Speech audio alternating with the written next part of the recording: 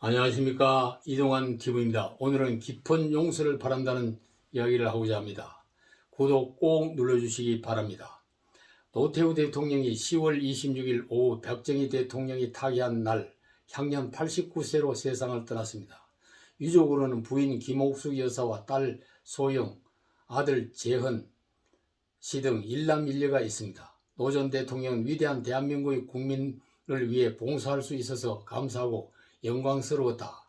나름대로 최선의 노력을 다했지만 그럼에도 부족한 점 및 저의 과오들에 대해 깊은 용서를 바란다고 유언을 남겼습니다.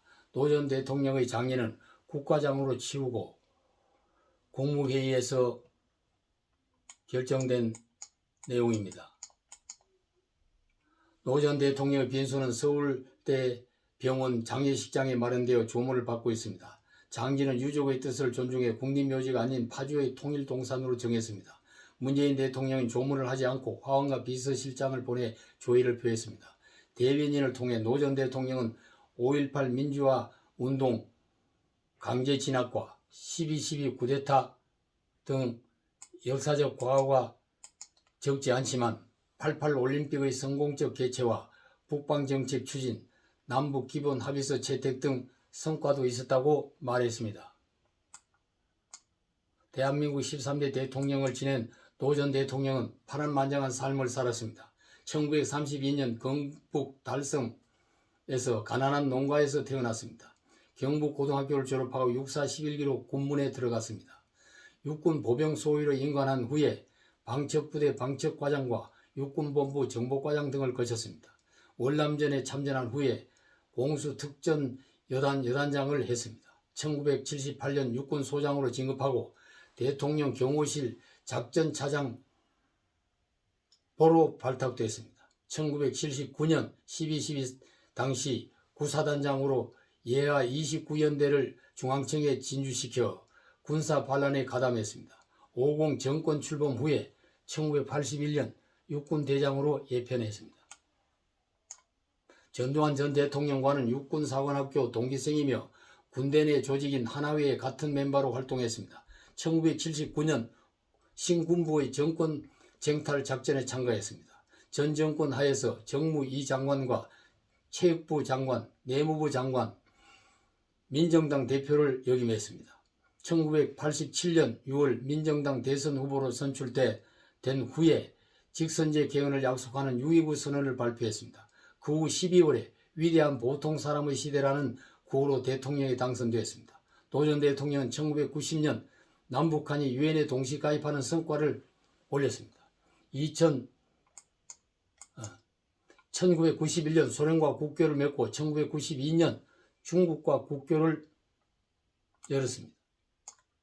1996년 8월 5.18 민주화 운동 무력 진압과 비자금 조성 혐의로 17년형과 추징금 2,628억 원을 선고받고 수감됐습니다. 1997년 특별사면으로 전두환 전 대통령과 함께 석방됐습니다. 자유의몸이 되서나 건강이 악화되어 12.12 사태와 5.18의 진상과 비자금의 용처를 밝히지 못했습니다. 아버지 대신 아들이 5.18 광주묘역을 찾아 희생자들에게 사죄를 해왔습니다. 노태우 전 대통령은 스스로 보통 사람의 대통령이 되겠다고 하면서 대통령의 권위주의를 없애려고 노력했습니다. 감옥 생활하면서도 식사도 하지 않고 분을 참지 못하는 전 대통령과는 다르게 식사도 잘하고 마음을 잘 다스리며 지냈다고 합니다.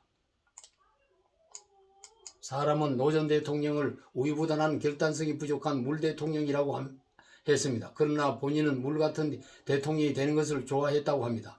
5.18 광주민주화 시위를 총칼로 진압한 광주민주화 운동 탄압 5인 중 2인자라고 알려졌습니다. 그러나 6.29 선언을 하고 상김을 물리치고 직선제 대통령이 된 후 여소야대의 3당 합당을 성사시키고 북방외교로 공산권 45개국과 수교를 맺고 유엔 남북 동시 가입 등 외교적 성과를 올린 공을 세웠습니다.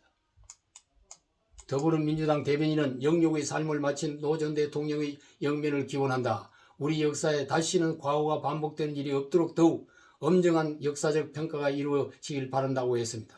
국민의힘 수석대변인은 고인은 재임 당시 남북한 동시유행가입, 남북기본 합의서 채택, 북방외교 등의 성과를 거뒀다. 그러나 군사 쿠데타, 5.18 민주화 운동에서 민간인 학살 개입 등은 어떠한 이유로도 덮어줄 수 없다. 국민의힘은 불행한 역사가 다시는 되풀이되지 않도록 하겠다고 말했습니다. 민주당 이재명 대선 후보는 현대사의 빛과 그늘을 함께 남겼다. 깊은 애도를 표한다고 말했습니다. 국민의힘 윤석열 대선 후보는 미소 냉전이 끝나갈 무렵 우리나라의 외교의 지평을 여는 의미 있는 성과를 냈다. 홍준표 대선 후보는 국방정책은 보수진영의 코페르니쿠스적 전환이었다고 말했습니다. 전두환 대통령은 노 전 대통령의 별세 소식을 듣고 말없이 눈물을 흘렸습니다. 노 전 대통령의 빈소에는 코로나 확진자가 매일 2,000명에 달하는데도 조문 행렬이 이어지고 있습니다. 우리 민족은 사자를 후대해왔습니다. 국민은 미래를 내다보며 용서와 화합의 추도식이 되길 바랍니다.